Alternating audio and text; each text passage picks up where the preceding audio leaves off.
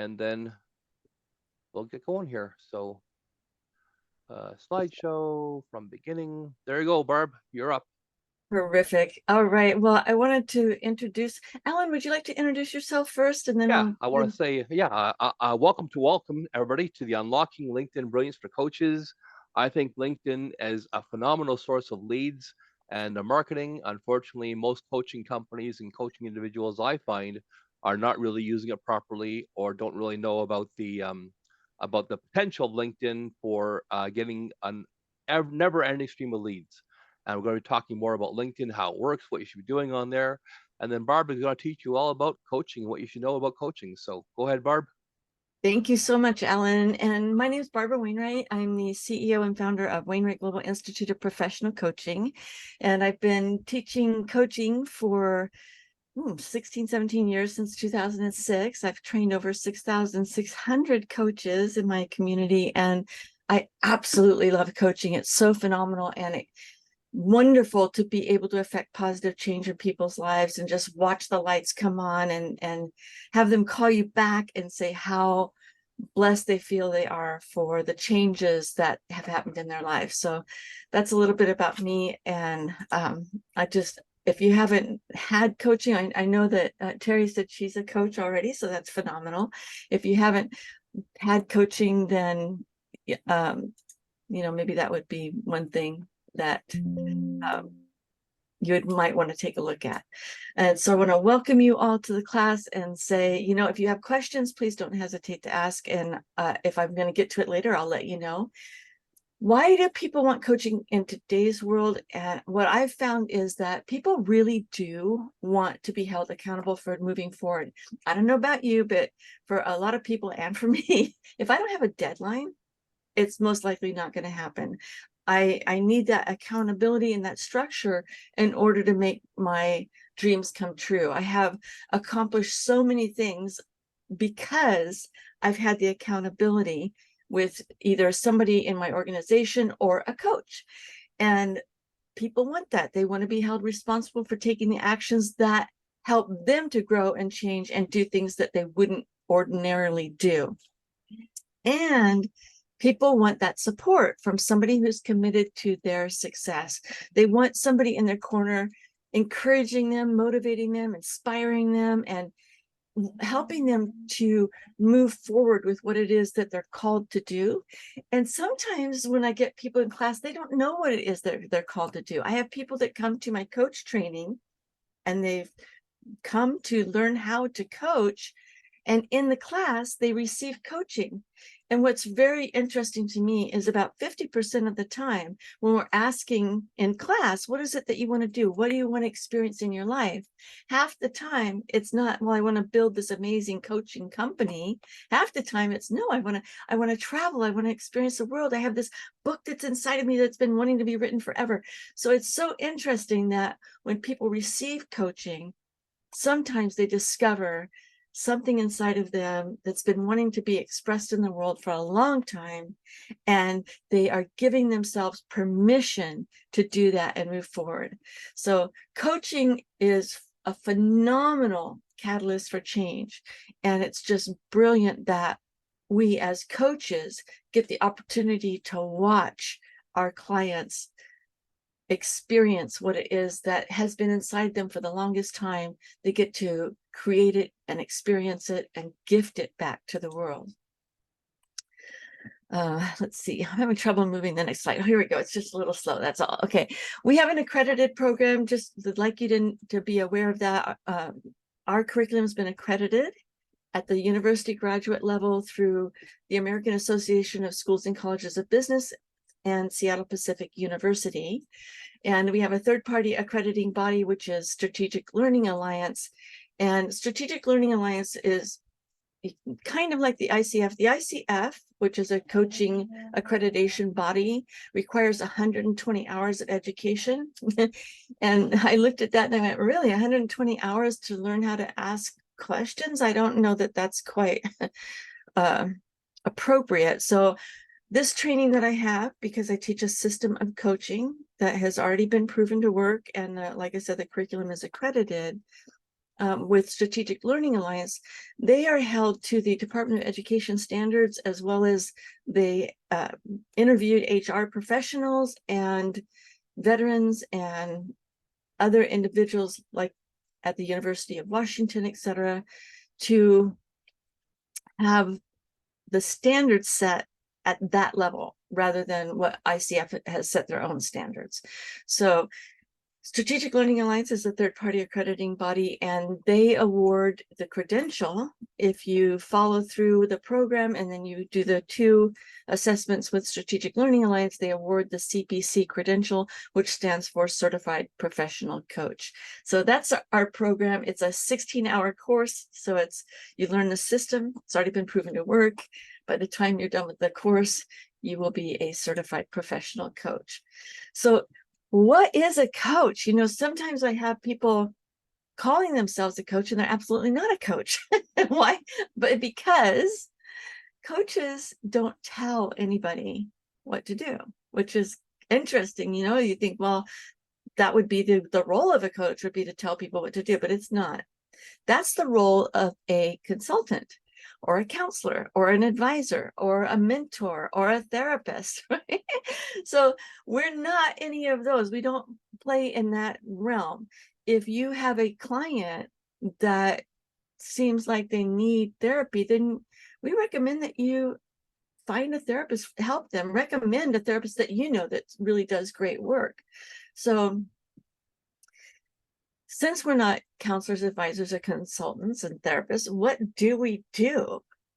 Here's what we do. I believe the most important thing that a coach does is to help a client go inside of themselves to find out what is it that is inside of them that they want to create and give back to the world. What do they want to experience in the world? So we're asking questions.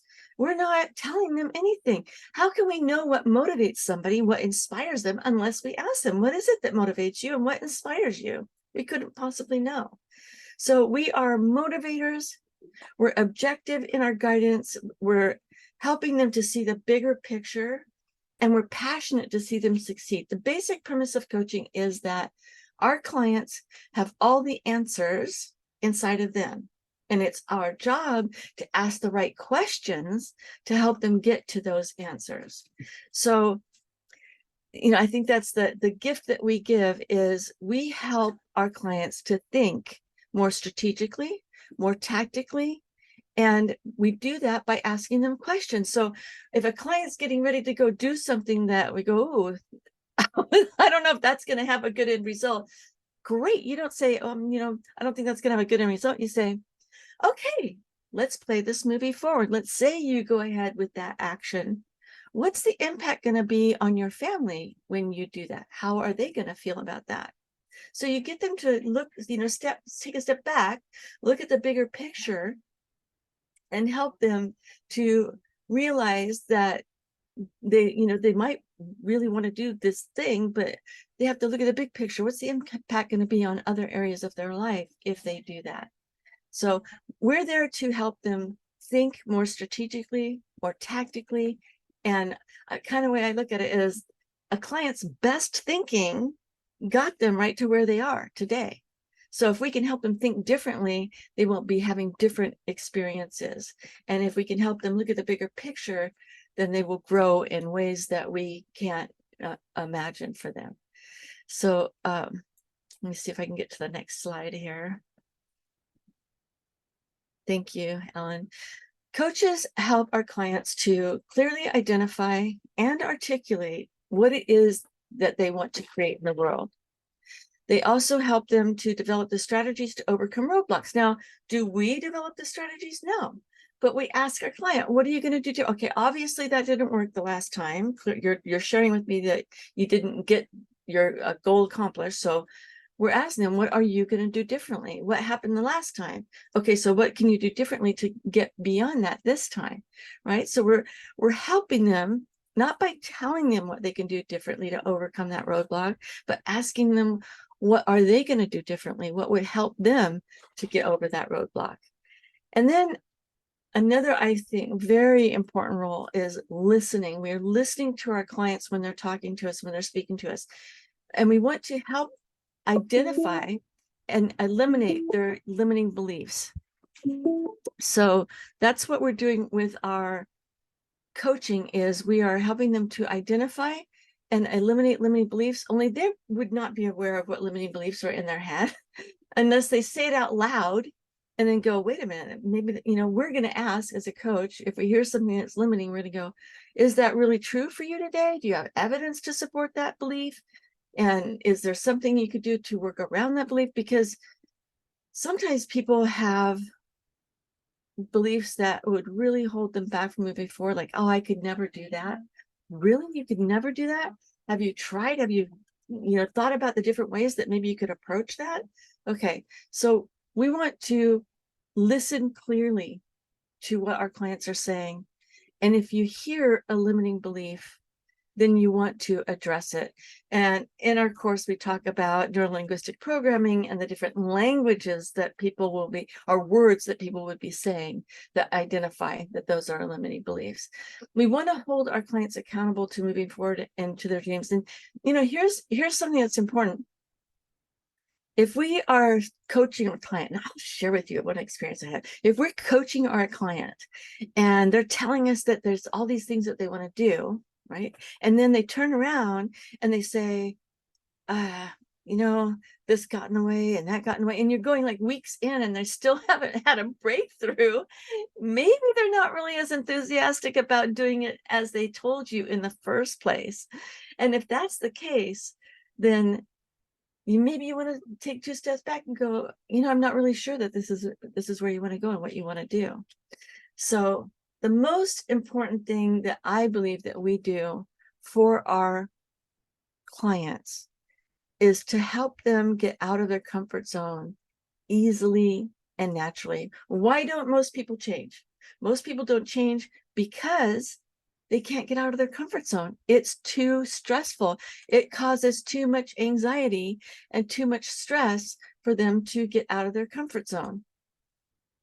And Alan, I'm going to ask if you could help me get to the next slide. Most people are stuck in their comfort zone because of the homeostasis, and our homeostasis is something that's our survival mechanism. It's a subconscious thing. It's not conscious. We don't consciously sabotage ourselves. It's a subconscious physiological process of maintaining a stable physical state of equilibrium regardless of what the varying external conditions are. Meaning, we will begin to, if we're in a hot situation where there's so much heat, we will begin to perspire. And so we will do that not consciously. We don't consciously go, body, I need to perspire so I can cool myself down because it's hot here. Okay. We don't consciously get our adrenaline running when something, I'll say scary. Let's say you're watching a movie, you're at home, you're watching a movie and you're in your comfortable home. And then you're watching a movie where there's a chase scene and all of a sudden your adrenaline starts pumping because your subconscious mind doesn't know the difference between what's real and imagined. And your subconscious mind goes, oh my God, we got to run. And your adrenaline starts pumping. That's the subconscious mind at work. And that's what happens that holds most people back in the world when their subconscious mind is so active, they don't even know it. It's not something we're conscious of. We're not consciously aware of it. So our subconscious mind will hold us back from taking steps forward and moving in a direction that we want to go in. Can you hit me on the next slide, please, Alan? In order for people to change and grow and not have that subconscious stress that's associated with changing, we need to help our clients to eliminate or at least manage that subconscious stress that's associated with change. So how do we do that? How do we help our clients get out of that stressful mode when they're ready to step onto a stage?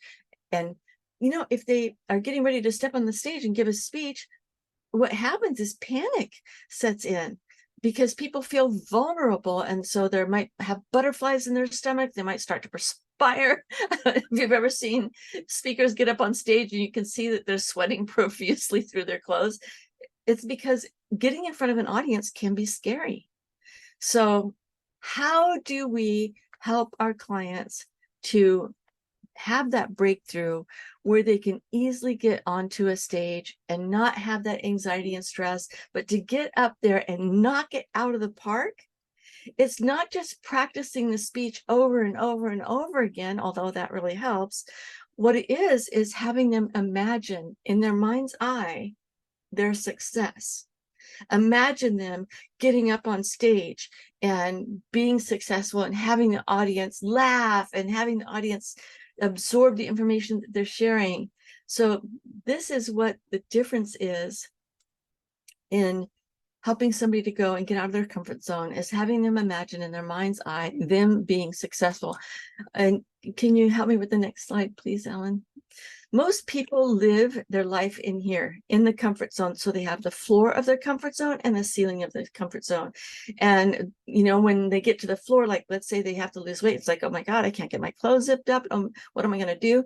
That's the bottom. They go, okay, I got to lose weight. I got to get on a diet. I got to do something so that I don't have to buy myself a whole new wardrobe. So then they get on that diet and they do really well. And then something happens.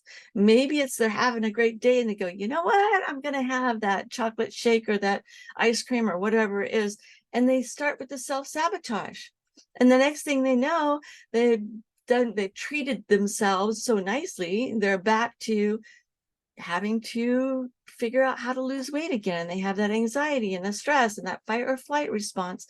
And then they go, that's it. I'm going to get on that diet. And they do. And then something happens again. They got the anxiety and the stress kicks in. So most people are living right here in their comfort zone. That's our homeostasis. That's our subconscious mind at work. So how do we help our clients get out of that? In our class, and part of our coaching system, is we help to reprogram the subconscious mind. 95% of our life is lived from the subconscious mind. The programming that we receive from the time we were born till we were 7 or 8 years old. Only 5% of your life are you using your creative conscious mind. And those statistics seem crazy, but they're true. And I don't know if you've ever checked out Dr. Bruce Lipton's information, but he's got some great statistics and information on how this is true. Living from our subconscious mind, as soon as we start thinking and we're off in our world and we're doing our normal routines like driving to work, sometimes you don't remember how you got there. It's because your subconscious mind drove. You did it so many times, your subconscious mind took over and your mind was off wandering somewhere else. That's how that happens. Well, 95% of the time, we're living from what we learned from the time we were 7 till we were 8 years old. And that could be good if we had this amazing environment where we were encouraged, inspired, and told that we were creative and we were smart and we could do everything.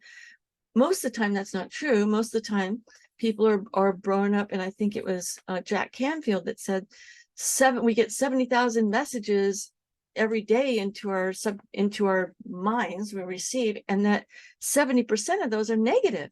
Well, if that's true, then we've got a lot of negative content that we received from the time that we were 7 to 8 years old. When you think about kids on the playground that were teasing, or adults that weren't mature enough to inspire their children, a lot of negative stuff could have happened in that time. And we probably don't remember what it was, but it is driving our life today.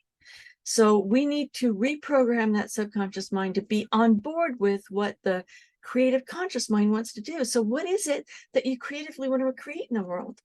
And I love what Carl Jung said, until you make the unconscious conscious, it will direct your life and you'll call it fate. Well, that's just the way life is. That's just how it is for me. No, it doesn't have to be like that. We can reprogram the subconscious mind. And as part of the course, we teach you the questions to ask. And then we take all those questions, we populate a template to create a vision statement for our clients. The vision statement is written as if everything has already occurred. So now what they're listening to is a programming that says you've got this. You took these steps, you created this situation, and now you are successful. And I know that there's a lot of recordings that people listen to, pre-recorded tapes of things that they want to do, but those are pre-recorded. It's not in your language, it's not your words, it's not your dreams and goals specifically, and it doesn't work as well as getting a personally developed vision statement for you to listen to reprogram your subconscious mind. Okay, Alan, could you help me again to the next slide? So that's the question. What if we could update the programs in the subconscious mind to be in alignment with the creative conscious mind? It's how you will create your ideal life 100% of the time. And that's why this coaching program works. That's what we do, is we create a vision statement for a client that helps to reprogram the subconscious mind. And here's the great news about that. Within 30 days, people will be experiencing change. I've had so many people come back to me 30 days after the program, because in the class, you're learning to coach, but you're also receiving coaching. So I've had people come back to me within 30 days and just be so amazed at what has happened for them, and that they are able to experience what they never dreamed possible. They thought it wouldn't be possible, and yet it happened for them. And they're so blown away that it could happen so quickly, that they are reaching back out to me going, it happened, I can't believe it happened. And that for me is the joy and the rewarding reason why I've been doing this for so long, and I'm so enthusiastic about it. And I can't wait for more people to come and take the class. So A, they'll become a coach if they want to, but B, they'll receive coaching and have this life-changing experience. And I just, anyway, I'm thrilled about what I do. Why would you want to be in the coaching business? Because you will have the freedom to work from anywhere. You will be your own boss. As long as there's a good, I'll say that caveat, as long as there's a good internet connection. I have people that are coaching from Bali, from Spain, it doesn't matter. Once you become a coach and you build your clientele, you could be anywhere in the world and coach them. You could begin, you could travel, so you could live your dreams and still help other people live their dreams. So it's a very, very rewarding business to be in. And I have coaches that I get to watch them grow, and they've grown beyond what I would even imagine. I have a gal in Chicago who Step It Up with Steph. If you've ever had the opportunity to check her out, she's got her own television show now, and she's just an amazing bundle of energy that helps people to get in shape. And I've got another gal, Elizabeth Hamilton Garino, who's got her books published all over through various publishing companies, Hay House, etc. When she came to the class the first time, she said, I want to write a book. And that's what she did. Now she's got 3 books out there. So you can live a life that's a way to give back to others, a way to make a difference in the world. And you could do it part-time as a coach. You could start part-time and build your business till it's full-time. And the great thing is you could continue to do it part-time and still do whatever it is that's on your plate right now to do. For myself, I started part-time in coaching.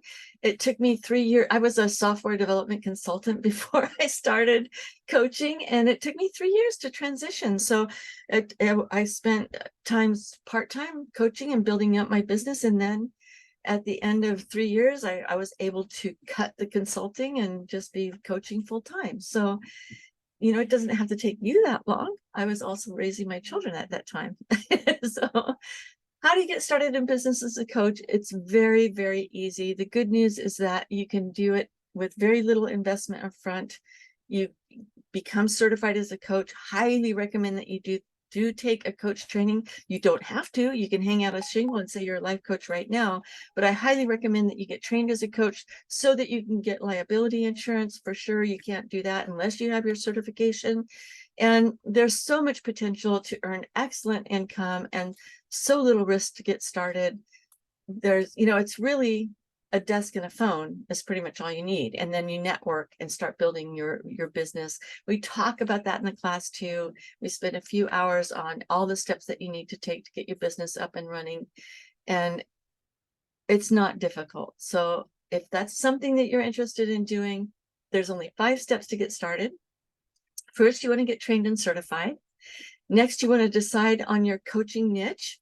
And people say, you know, can I work in more than one coaching niche? Absolutely, you can work in more than one coaching niche. However, I recommend that you start with one, because you are going to need different marketing and marketing materials for each coaching niche that you want to get into. Then you need to create that irresistible coaching package offer, which we will cover this in class as well. We go into a lot of more detail. And you want to choose a strategy to get clients. LinkedIn, which Alan's going to share with you, LinkedIn is a great way to get clients. So if you're looking for business clients, professionals that you want to coach, that's great money doing that, then absolutely you want to choose a strategy for getting clients, one that you can do consistently. And then, of course, you want to identify the systems that are going to help you run your business smoothly. So training and certification, you want to learn a coaching system that takes the guesswork out of trying to figure out how to coach somebody. It's easy. Our coaching systems have proven to work. So you come through the class, you'll get the experience as both a coach and a client. So you'll know the major impact that this coaching system has for your clients. You'll get the questions, you get the tools for your coaching. You'll learn that step-by-step method to empower your clients and have them be successful. You'll have the sales and marketing templates to help you get started to get clients.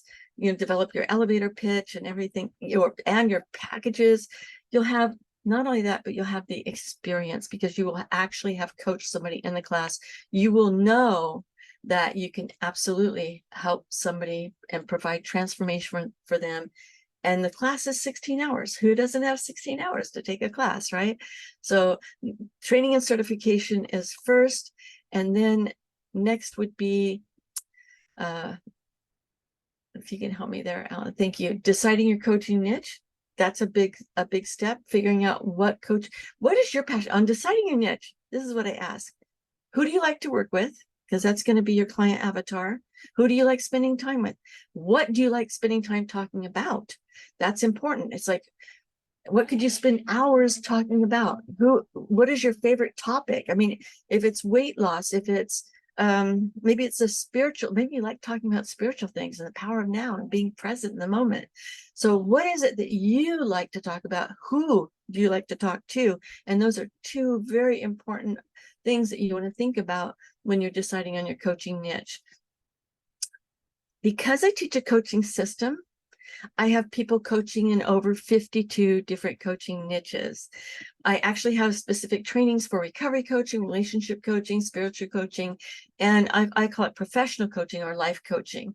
So you can coach in any area and think about what you like to coach on.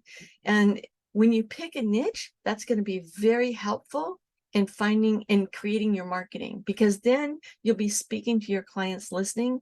When you say, are you somebody that's going through a divorce right now and struggling with what the heck you're going to do with the rest of your life? I can help you so that you have a clear vision of what you want your life to look like moving forward. So pick a niche. Can you work in more than one niche? Yes, but I recommend starting with one that you're very, very passionate about so that you can find the right people. Create an irresistible coaching package. That's what you want to do next. The irresistible coaching package is something we talk about in class. It means you're offering something to somebody where they go, I want that. I need that. So again, in the case of somebody that might be going through a divorce, the irresistible offer might be, work with me so that you have a very clear picture of how you're going to organize your financial priorities. Where are you going to live? What are you going to do? And let's create an amazing vision of that for you. So your irresistible package, it's everything that you love to do as well. So people add in, hey, let's do a retreat. At the end of our coaching sessions, we're going to do a retreat so that we can have more time together. So you're going to create a one-on-one coaching package. You're going to create a package that is for you, that's big, that things that you like to do too, like going on a retreat, or taking a trip, or writing a book. Maybe writing a book is the end result of your coaching packages. Plus, you can do group coaching. So rewarding to do group coaching and get a bunch of people. Like if you're doing weight loss coaching, getting a whole bunch of people that are after the same end result, that they're all together in it. It builds community. It's a great business to get into, because that's a very lucrative to bring in a bunch of people into your coaching package in your group coaching. Next thing you do is choose a strategy to get your clients. And again, you're going to get great information from Alan on LinkedIn, but you want to choose a strategy. What's the best way to get your coaching clients? Maybe it's Facebook. If it's, if you're doing weight loss coaching, maybe Facebook is a great place to go. If you're going to do business coaching, definitely want to be on LinkedIn, because that's where all the business people are. So figuring out your niche and then figuring out the strategy to get clients is what makes sense. So here's what I say. There's tons of ways to get people on in your, I'll say, your funnel for bringing in clients. There's tons of ways to do that. The most important thing is to pick whatever you will do consistently. So whether it's on Facebook, LinkedIn, Instagram, if it's getting out and speaking, or if it's networking, if you will be consistent at doing that, it's something that you enjoy doing, that's what's going to work for you. So it doesn't matter. There's so many different ways that you can get out and market yourself. The most important thing is to do something that you will do consistently. And then you want to identify the systems that are going to help you run your business smoothly. Maybe you need an accounting system. Maybe you just use a spreadsheet, but you want to figure out the ways that you can run your business smoothly. You'll probably want a emailing system. Some people use MailChimp because it's very intuitive and free for the first 2,000 subscribers, which that's a pretty big window right there. So you'll probably want email system. Maybe you want a system to manage your clients, so a client management system. You'll probably want a way to collect payments, so there's a bazillion ways today. There's PayPal, there's, Cash App, there's Zelle, and of course, hard cash is always good. But you want to figure out how you're going to collect your payments. You want to figure out how you're going to maintain contact, that bulk email system. You'll want to have some kind of an accounting, whether it's a spreadsheet or QuickBooks, and you want to have that marketing strategy. You've got that, and you're going to be able to run your business smoothly and effectively. And there's some great coaching client management systems out there that are very inexpensive, and I have recommendations for that in class. There's 5 steps to starting your coaching business. This is not rocket science at all. It's get your training and certification, learn a system of coaching that has already been proven to work. What the heck, right? Decide on your coaching niche, create that package, choose a strategy to get clients, identify the coaching systems to help your business to run smoothly, and you are off and running. And I have a list of some of the backgrounds of people in the coaching community. So you'll be along with 6,600 other graduates of Wainwright Global. We have academic advisors. I mean, just, so many different backgrounds. It's great for you to get in there. So 16 hours of training is all it takes. You'll get the experience both as a coach and as a client, so you'll know exactly how powerful the coaching system is. And jump in. You really don't have 16 hours is nothing. You'll get our 16-hour training. You'll get the professional accreditation and membership with Strategic Learning Alliance. You'll get access to all the coaching agreements, the documents, and everything you need to start your coaching business. You'll get your hard copy certificate, one from Wainwright Global, and then when you complete the work in Strategic Learning Alliance, you'll get a hard copy certificate from them. You'll also have the training manual, the quick reference guide, everything you need. It's in a membership site, easy access for you. Plus, I'm always available to talk. And if you have any questions or you need ongoing support, I'm happy to get on the phone with you. So how to get registered? You just want to go schedule some time with me on the calendar, or go to the website and sign up, or just call me, because I'm here and I love talking about coaching and learning about you and finding out what you want to do and what gifts you have and want to give back to the world. And I'll be putting those links in the chat box at the very end here. So All right. Thank you so much, Alan. Awesome. Here's some testimonials she has. Yeah, we got some testimonials from people that have been through the class. It's so rewarding to work with people, and I'm sure that you would have that same experience. I have great testimonials on Google. If you went to, I just started asking for those recently, and the last Google testimonial was phenomenal. That just blew my mind. So I would love it if you come to the course and leave a testimonial there too. It is very well organized. It's very interactive. It's not boring for a minute. It's like one person said, it's all meat. There's no fluff, and it's hands-on, highly interactive, live training. We don't do any recordings, so you'll. It's very rich, very, very rich. All right, thank you. Perfect. Yes, thank you, Alan. Thank you very much. Like this, go on forever. Right, there's 10 of those, I think. Great. Well, thank you so much, Barbara. That was phenomenal information. I got my life coach certification many, many years ago before I transitioned into business coaching. And I can tell you that Barbara's course is absolutely phenomenal. So Thank you so much. let's talk. Thank you, Barbara. About answering your questions at the very, very end. I'll go back on the chat box afterwards. And, today we're going to talk about LinkedIn for your marketing and lead generation because I've been using LinkedIn now for 16 years for my business. I've been a professional LinkedIn trainer for 13, almost 14 years, and that's one of the reasons I think I'm qualified to teach people. I've been doing it so long. I've helped my clients and coaching clients, especially, generate millions of dollars in sales over the last 13 plus years. Got some great information. Once again, make sure you have a pad of paper and a pen.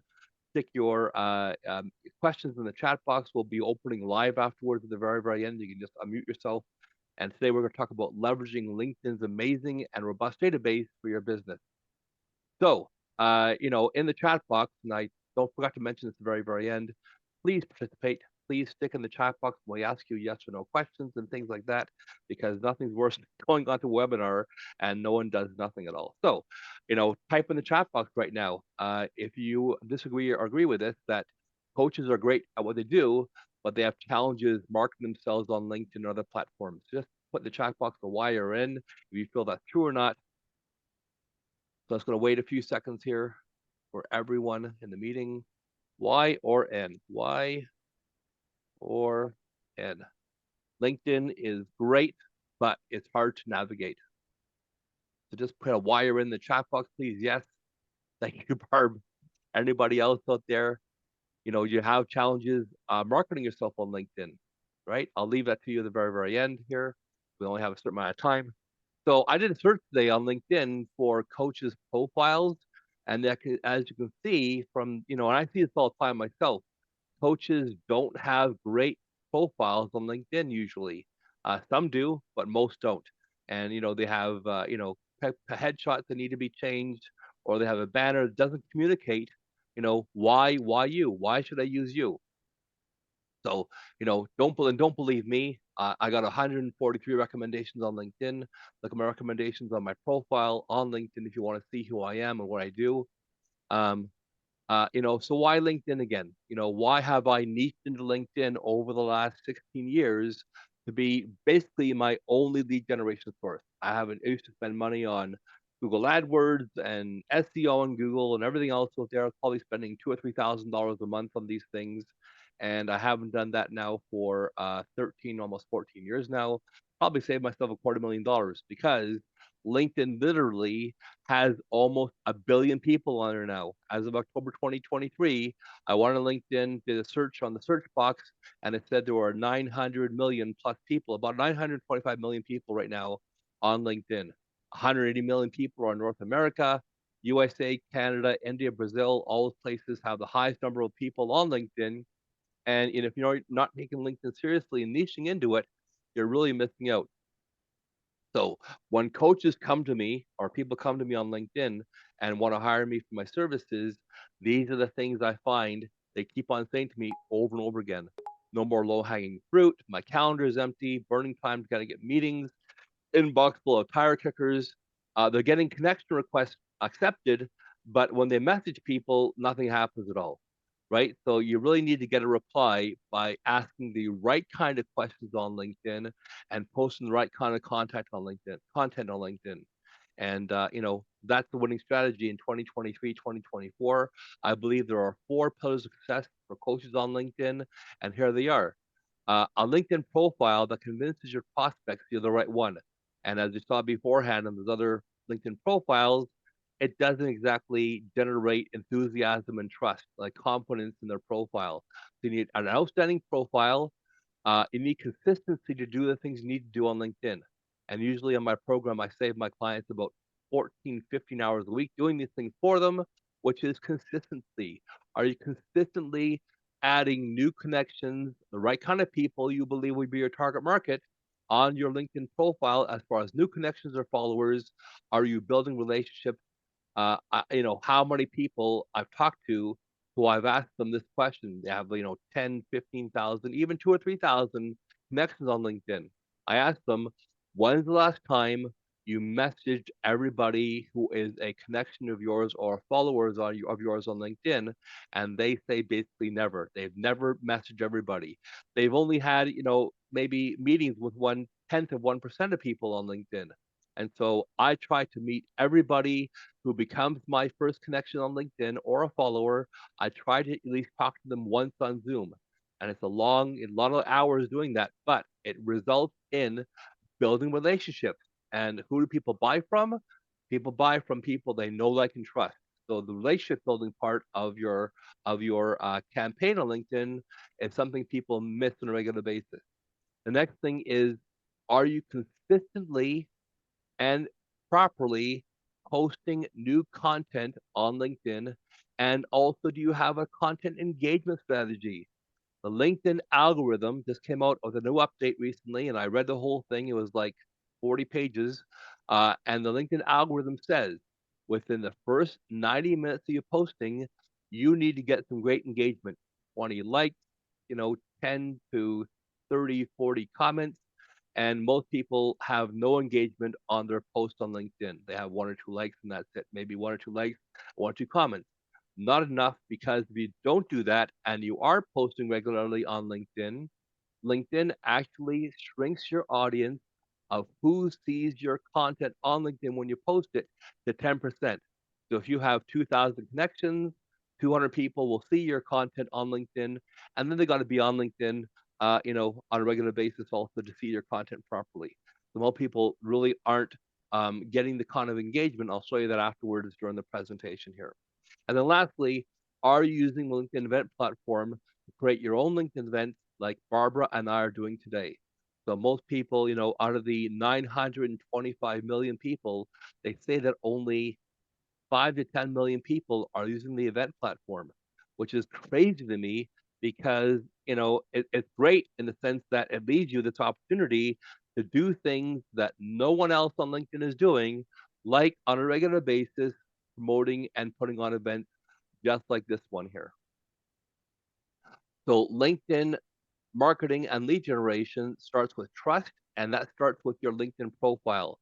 It has to be more than just a business card online.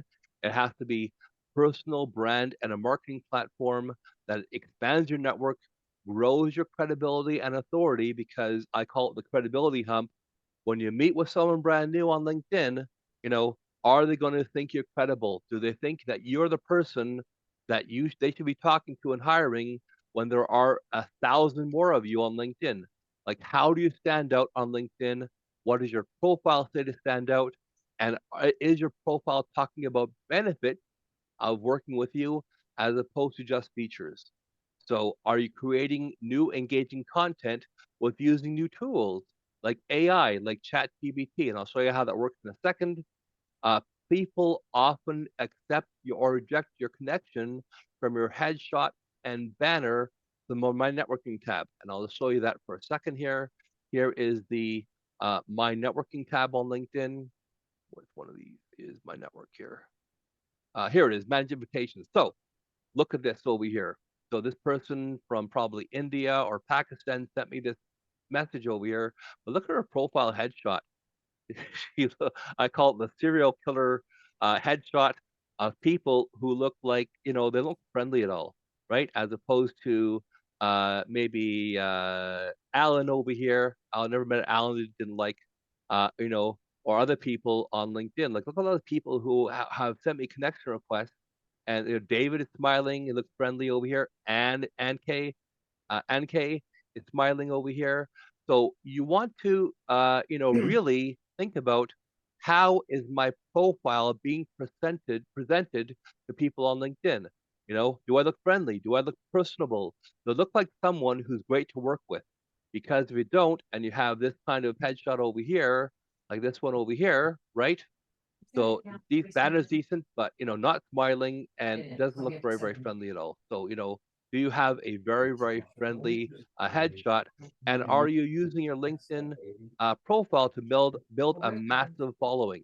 The next thing is cover banners and photos. Everybody's heard the first impression or the first saying that you only get one chance to make a first impression. So 99% of people really decide whether to accept or reject your profile by going on to the LinkedIn networking or my network tab and looking at these things.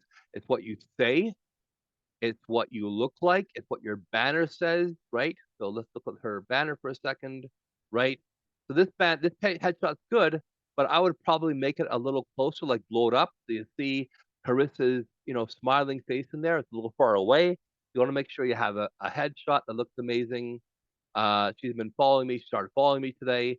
So, all these things are very, very important. They're all also looking at your profile, looking at your company page over here, and then looking at your website. You got to make sure that all three things really present and what's the word I'm looking for? Communicate professionalism. People want to work with the man or the girl, right? They want to work with that person, to make sure that you are presenting yourself in such a way that looks very professional, right? So, put this up here for a second. Do you need a new cover banner for yourself? So here's examples of, cover banners. What looks better? Bob's cover banner that's blank over here, or maybe a cover banner looks like this over here, that has color, that has passion. This one for Jenny over here, I love this one over here. Let me go from current slide here for a second. You can see she has all these beautiful pictures of herself all laid together. Ashley Jones is smiling. This person does graphic design, right? Mary and Vivian looks like, she's smiling also, like really, really professional and really wonderful to work with. So, does your profile communicate trust and authority? And most people's profiles don't, unfortunately. For your headshot, I send all my clients, this headshot banner because these people look professional. I wouldn't mind working with the guy in the middle or the lady on left hand or right hand side of him, right? I wouldn't mind working with those people because they look professional to me. If you're B2B, if you work with businesses mostly, make sure you're wearing a suit and tie, or make sure you're wearing business attire for ladies out there. Make sure that you have your hair done properly and you're clean shaven. All those things here, really communicate professionalism and trust. You know, uh, do you have recommendations on your profile, right? I'm up to 143 recommendations, and not to brag at all, but I want to blow people away with trust and authority. And what says that more? I mean, how many of us have gone on to Amazon and recently I looked at reviews on Amazon to make sure the product we're buying, is the right product based on what people say. And how many of us have not bought something when they see maybe four or five, great recommendations or great reviews, but then they see two or three of them that really are terrible, and they're going, ooh, are the bad reviews real and are the other reviews fake, right? So very, very important that you have these all these I dotted T's crossed. The next thing is something called LinkedIn SEO on your profile. SEO stands for search engine optimization. And if you put a smattering of phrases onto your profile, like think about what would you want people to find you on Google? What key phrase or what phrase would they put on and Google, right? Professional business coach, professional life coach, the best life coach around, a life coach that cares, right? Those kind of things. All these things are important, not only to have in your headline, and I'll show you that in a second, but also your about section, right? So your headline, what not to do is don't use a job title alone, like you're the CEO of your company. Don't make it too general. And the four things people want to know when they come to your profile, look at your cover banner are, and write these down, please. These are the most important things that I have found over the last 16 years of doing LinkedIn is who are you? And you got to be able to communicate this properly on your headline in your about section. Who are you?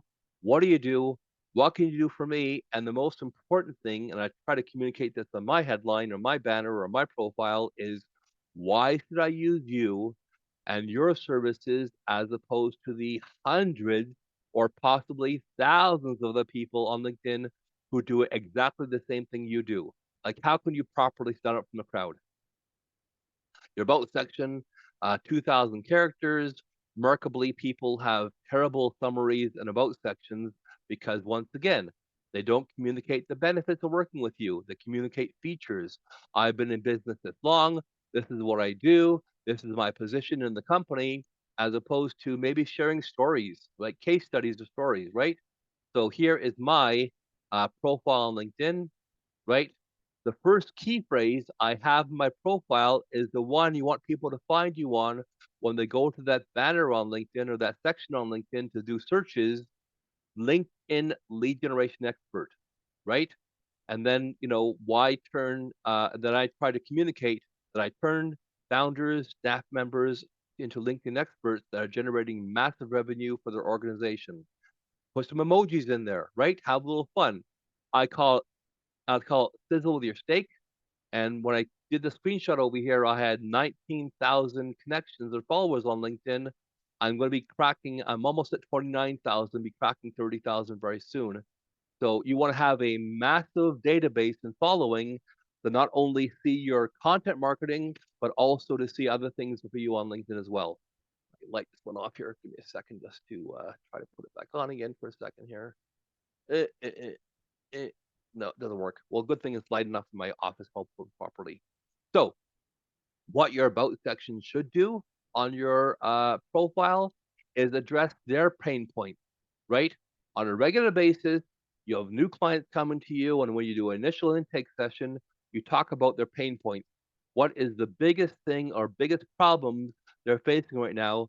And make sure you write that stuff down because that is the information you should be communicating on your profile section, your headline, and your about section, right? It must include the right key phrases, keywords, and terminology for your audience and industry that don't make it overly technical. Someone who might be just starting to do their job on LinkedIn in that industry might not know the terminology if you're using the bigger words out there. I a long time ago with a client and she had the word persnickety on her profile, and I go, what the hell does that mean, right? So I mean, I know now what it means, but make sure you have the right information in layman's terms. For instance, in the oil and gas industry in my city, Calgary, so many owners of oil and gas companies sometimes only have a high school education. So make sure that make sure that your message is, for the masses. Very, very important. Like here's my summary, my about section, couple emojis in there, and hopefully my summary communicates not only what I do and has my key phrase LinkedIn lead generation expert at the very beginning of my summary for LinkedIn SEO, but also communicate what benefits there are of working with me. Next thing we talk about is your experiences. And many people have come to me and said, well, I do coaching and I do this thing and I do that thing on my company. Should I have several profiles? And the answer is no. You should just have multiple experiences.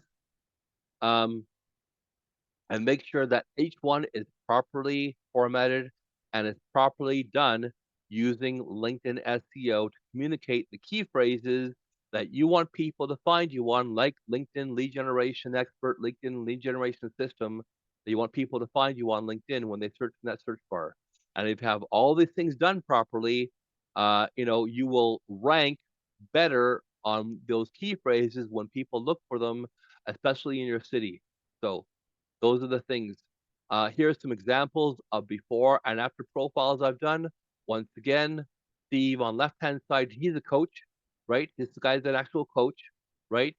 Motivational speaker, sales coach, author, and afterwards, a new headshot, a new cover banner, new information copyrighted on his about section and his headline here. Another one is David's profile here. Beforehand, his headshot cut off, wasn't really smiling properly, no cover banner. His headline, didn't communicate.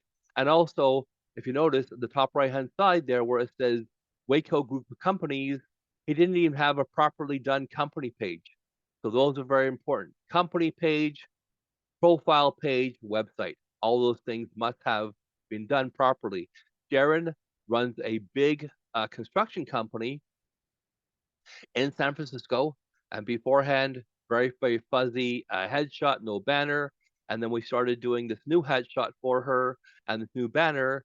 She actually started getting engagement because so many people come to me and say, I'm getting people accepting my connection request, but I'm not getting people engaging with me afterwards. So no, cricket chirping. Next thing I'm always asked is, do I need a company page?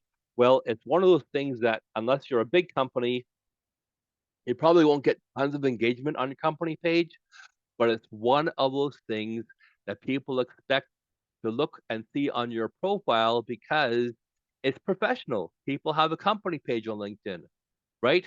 And then the bigger companies are putting more and more resources into promoting their company page to get a great following. So all these things are very, very important.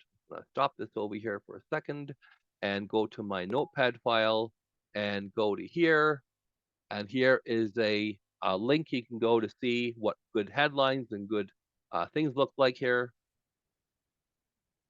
So all the different things we have, samples of professional headlines. Also, the next thing is something called your LinkedIn SSI score, Social Selling Index score. So here is the link for that one. And your SSI score is actually just a sales marketing tool for LinkedIn to sell you their Sales Navigator membership. I'll talk about memberships in the very, very end. Should you have one properly on LinkedIn? The answer is yes. If you're doing consistent and thought-provoking marketing and sales on LinkedIn, you absolutely want to have a paid-for membership on LinkedIn. The 4 paid-for memberships on LinkedIn they have are career, business, LinkedIn Sales Navigator, and Recruiter. And the best one I think to use is probably a Sales Navigator because it has the most filters. So if you want to click on that social selling index, which is the last link I just put in there, and see what your score is, you want to have a score that is at least above 70. And most people don't have a score; they're in the 60s or 50s for themselves. So you want to pop your score into the chat box to see what kind of scores people have. A good way of increasing your score actually is to engage with other people's content on LinkedIn. So you go to LinkedIn and you go here and you see on the LinkedIn feed and you see other people's content on here. And as you can see, most people don't get great engagement on their content on LinkedIn. 9 likes right here. 5 likes only. Trevor has some decent likes and comments. I know who Trevor is. He's a buddy of mine. Here's another one. 102 likes, but only 6 comments. And so all these things are driving a LinkedIn algorithm to say that if your content is amazing and people are engaging with it, then you will get more of your content rolled out to more of your first connections and hopefully eventually your second and third connections where you can get massive engagement. Like let's say you were able to see your content out to not only all of your first connections and you had 25,000 connections or followers on LinkedIn, but then also to their first connections, which are your second connections, you get hundreds of thousands of people seeing your content. And I've always thought that not only should we be doing outbound LinkedIn marketing, but also inbound LinkedIn marketing. What is outbound? Messaging, doing posts, getting engagement. inbound is when people see your content and they actually start messaging you. And I'll just show you what that looks like for a second here. Where is my, let's go to my feed here. Here's my LinkedIn profile. I said before, I'm just about to crack 29,000 connections on LinkedIn or followers, but also, look at my content on LinkedIn. So I posted this on LinkedIn. I got 105 people connecting, but here's my posted this morning also, 168 likes, 20 comments on this one over here, 579 likes and 31 comments. So, and then, how many impressions are you getting on your posts also? So all these things equal this amazing funnel where literally, because LinkedIn is consistently adding new members all the time, you can get a never ending stream of leads just from LinkedIn. And, if you're B2B, if you're a coach that coaches mostly business people, LinkedIn should be your number one marketing channel. If you're a coach that, like a life coach, you probably should be using LinkedIn, maybe Facebook also. So those are things that are very, very important. Next thing is talking about content marketing. Content marketing is going to be the most important thing in 2023, 2024. It's really evolved since the pandemic, but it shows people who you are, what you believe in. I say to my clients, maybe we'll do, and I do content marketing for them on my website. My Done For You package, I do 2 posts a week, a static post, and 1 to 2 videos a month. So commenting on other people's articles and posts, especially if the person that you're commenting is on your target market list, that is a great way of getting them to know who you are. So if you're looking to land a client on a consistent basis, engage with their content, like it, share it, talk to them, and eventually they'll see you who you are and maybe suggest a meeting, right? You can just suggest a meeting with them also. So content marketing is hard to create, especially for beginners. That's why you can use ChatGPT. And here's my ChatGPT. I had it all set up here. Um, let's see here. Here we go here. Let me just move this out of the way here for a second. So this big picture. Let me copy this one here. This is going to be pretty cool. You'll be blown away by this. Write me a LinkedIn post in the tone of professional and fun on why people and this is should use a professional certified coach. Watch that. Look at that. Writing a post for me in, like seconds, right? That's how I wrote my post today, and that's how I did my content. Now I created my own video for myself, or you can find your own static picture to put on there. But just imagine having someone do this for you, or because ChatGPT, while it's amazing, you got to know the prompts to use to make it work properly. And so, very, very important you use that as one of your tools in your arsenal. So video marketing is probably the hardest thing I've seen on LinkedIn in the last several years. Here's some examples of my posts on LinkedIn. You're not using LinkedIn event platform and it's costing you money. The LinkedIn event platform, what is it? In January 2020, LinkedIn launched a new product and feature called the event platform. And I've been using it ever since then. So, why do I appear in all my videos? Not because I'm trying to be this massive influencer. It's because when people see you in your own content on a regular basis, they get to know who you are. And I can't tell you how many people have told me on my Zoom meetings, my sales meetings with people, they almost know who I am. They really feel they know me. I'm back, and today I'm going to tell you how to do a proper search on LinkedIn for the best results. When companies So, people want to be helped on LinkedIn. They want to be sold to. So I try to put a ton of information on LinkedIn in my content about how to do something, because for my clients, and hopefully, probably for you, not hopefully, but probably for you, LinkedIn can be a bit confusing. What should my videos say? What should my content say? What should my messaging say on LinkedIn? Here's what I put in there, because so many people were coming to me, and I actually put a web page on my website about being put into LinkedIn jail and me helping you get out of LinkedIn jail. Help, help, help, help, help, help, help, help, help. I've been put in LinkedIn jail and I can't get out. Have you been put in LinkedIn jail and now you have a LinkedIn restriction on your account? And sometimes LinkedIn will put a restriction on your account and you won't even know it. I can't tell you. I've gone through a couple of times where I've looked at my profile on LinkedIn, everything looks honky dory, no problems at all, and all of a sudden, people tell me that they can't see my profile on LinkedIn. So you go to your profile on LinkedIn, you look at what's happening over there, everything looks great, but then you have people message you saying they can't see your profile. Well, that's called a LinkedIn restriction, and LinkedIn will often put that on people, and they won't even tell you about it. So it's very, very important that on a regular basis, you look at those things. Other thing you can do on my profile is click on my LinkedIn bell. I see the pencil icon because I'm logged into my profile. I'm logged into my thing. But if people are not logged in, you'll see a little bell here. So go to my profile. Here's my profile linked on LinkedIn. Send me a connection request, please. Click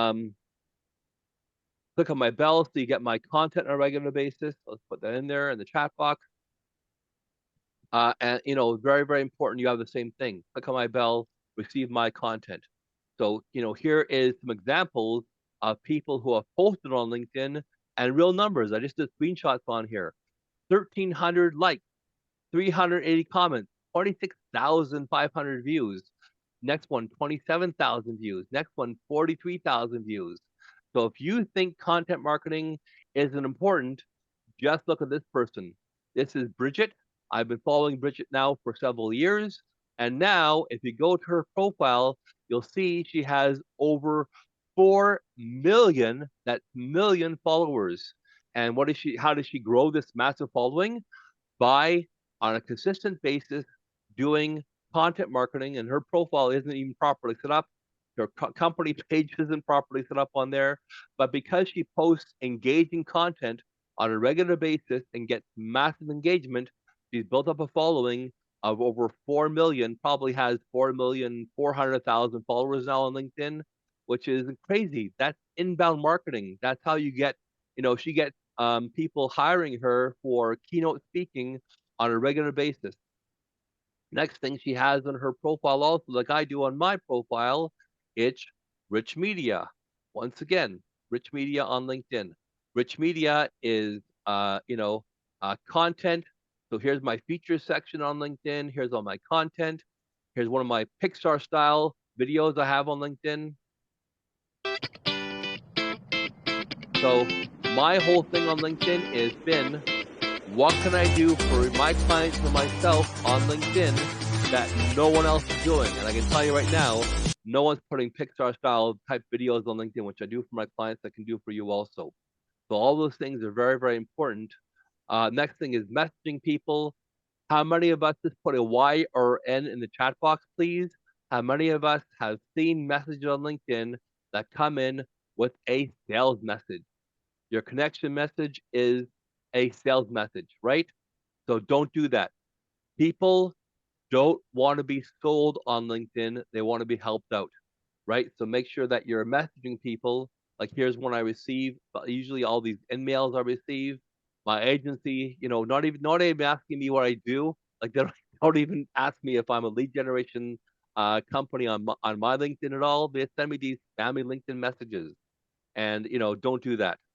The last thing I'll talk about today is LinkedIn event platform. With once again 925 million people, only between 5 and 10 million people are using the LinkedIn event platform on a regular basis. And that's really important because if you start doing it, you have a massive edge over all your competitors.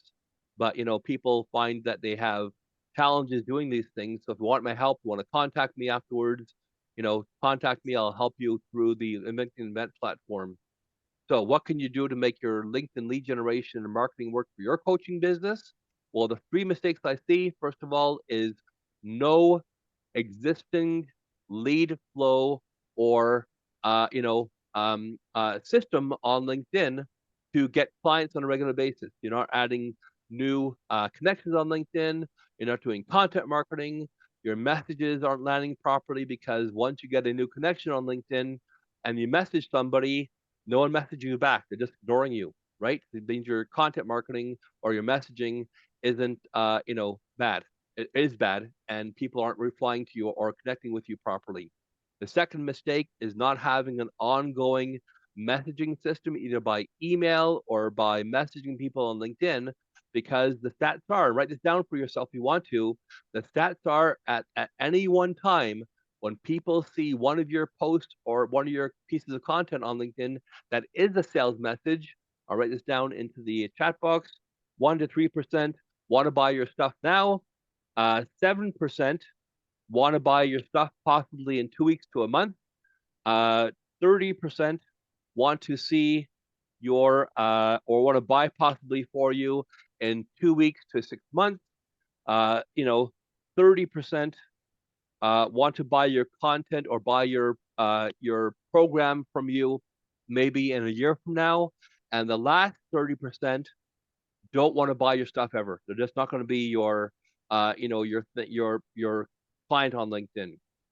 So my question to you is, why are you in a dogfight like everybody else is to go after that 1 to 3% that everybody's going after when you have 67% of your clients want to buy from you eventually, but if you stay top of mind and message them, well, not with spammy sales messages, but maybe messages that are trying to help them out on a regular basis when they're ready to buy, no one's going to remember who you are, if you don't have an ongoing warm-up system on LinkedIn.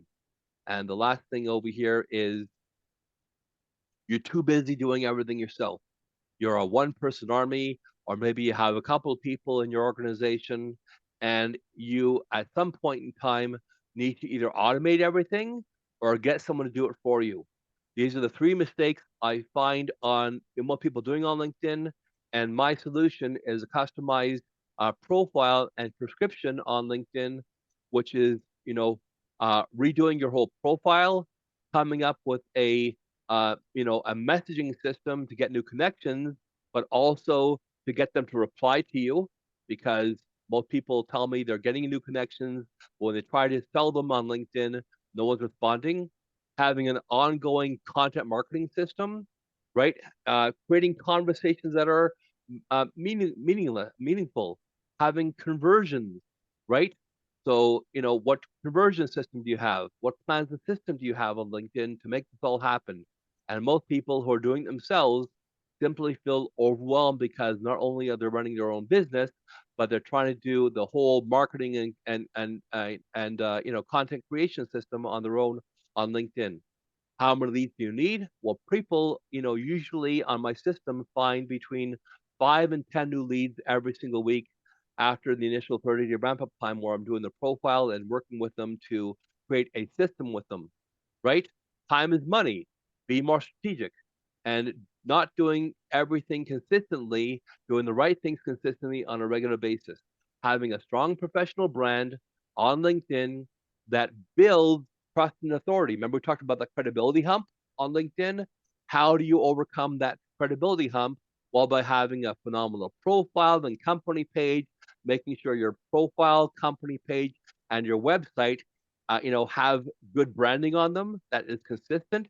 Because I'll tell you right now, if you have your profile looking like one thing with one type of banner, and your company page having something else saying on there, and your website saying something totally different than your company page and profile say, then people get confused, and a confused mind says no, right? Where my clients on my program did $85,000 in sales within the first few months of being in my program. This guy over here, Tony, he did a $30 million campaign. He got a $30 million sale with 3 different home construction companies for his customized architectural woodworking for creating customized, pieces that are in your home, customized shelving, that kind of thing. All those inserts you put in people's homes. So I got a phenomenal bunch of contracts from this, right? So I hope you got some great information from today's webinar. You need help with how to create an amazing sounding profile that converts, how to copyright your headline and about section, what kind of messaging scripts convert nowadays in 2023, 2024, what kind of automation should you be using, all updated and relevant for 2024. What paid membership should you use on LinkedIn? There's a little known LinkedIn feature on mobile that actually converts like crazy. Why you're getting people accepting your connection request but not getting engagement afterwards, what kind of content marketing you should be doing, how to create outstanding videos, how to use LinkedIn events, LinkedIn jobs, LinkedIn groups, and LinkedIn paid advertising if you have the budget for it. So I'm going to put in our information on the, I'm not sure what that is here. And stop sharing the sound here from this. So let me put in the information on the both people over here who want to learn more about LinkedIn. So here we go. There we go here. So now we're going to open up the chat box and open up the forum here. Please ask myself or Barbara any questions you have. I'm going to back in the chat box over here and see if anybody wrote any questions beforehand. We'll try to answer them here. Let's see here. Any questions you want to put in here? Okay, look forward to the recording. Is there a song with that line? Okay, no.